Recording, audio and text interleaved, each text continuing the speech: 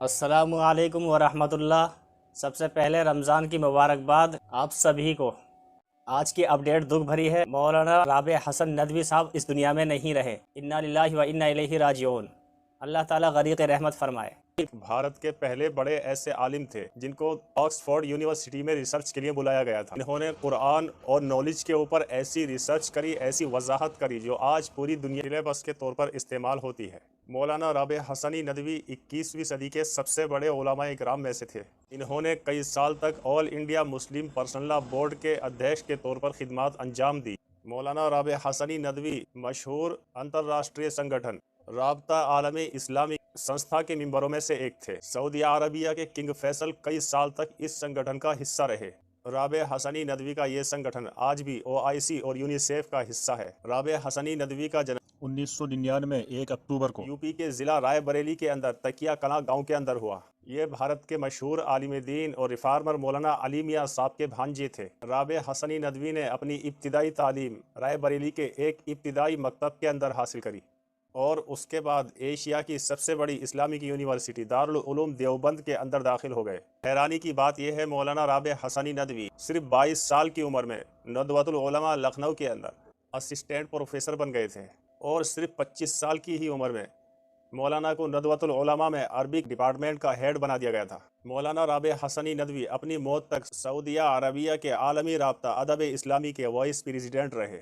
مولانا کو ہندوستان کے راشٹرپتی دوارا عربی لٹریچر کو بڑھاوا دینے کے لیے ایوارڈ سے بھی سمانت کیا گیا۔ مولانا پہلی بار 1993 میں دارالعلوم ندوۃ العلماء کے وائس چانسلر بنے اور پھر سن 2000 میں ندوہ کا چانسلر بنا دیا گیا۔ ان کی سرپرستی میں دارالعلوم ندوہ نے ایسی ترقی کری، مولانا علی میاں صاحب کے زمانے کی یادیں تازہ ہو گئیں۔ مولانا علی میاں کے بعد جب دارالعلوم ندوۃ العلماء میں ناظم اعلیٰ کا پد خالی ہوا تو لوگوں کو سمجھ میں نہیں آیا آخر اتنی بڑی ذمہ داری سونپی جائے تو کس کو سونپی جائے۔ اب جو ایک تصویر اور آخری امید سامنے آئی وہ تھی مولانا رابع حسنی ندوی کی۔ رابع حسنی ندوی اپنی موت تک دارالعلوم ندوۃ العلماء میں ناظم کی خدمات انجام دیتے رہے۔ انہوں نے سیرت نبوی، کارواں جیسی کئی معتبر ایسی کتابیں لکھی جو آج دنیا بھر کے مدارس میں پڑھی جاتی ہیں۔ مولانا رابع حسنی ندوی اپنی موت کے آخری دنوں تک آل انڈیا مسلم پرسنل لا بورڈ کے ادھیکش بنے رہے۔ یہ بھارت کا وہی سنگٹھن ہے جس نے شریعت کے خلاف 50 سے زیادہ قانونوں کو بننے سے رد کروایا۔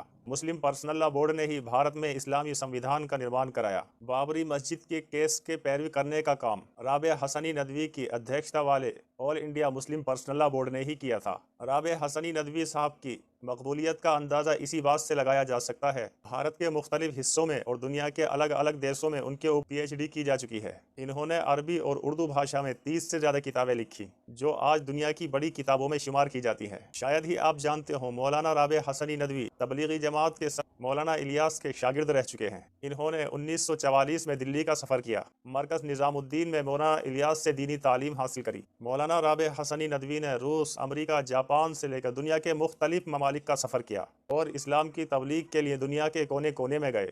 مولانا رابع حسنی ندوی علی گڑھ کی مشہور تنظیم دارالمصنفین کے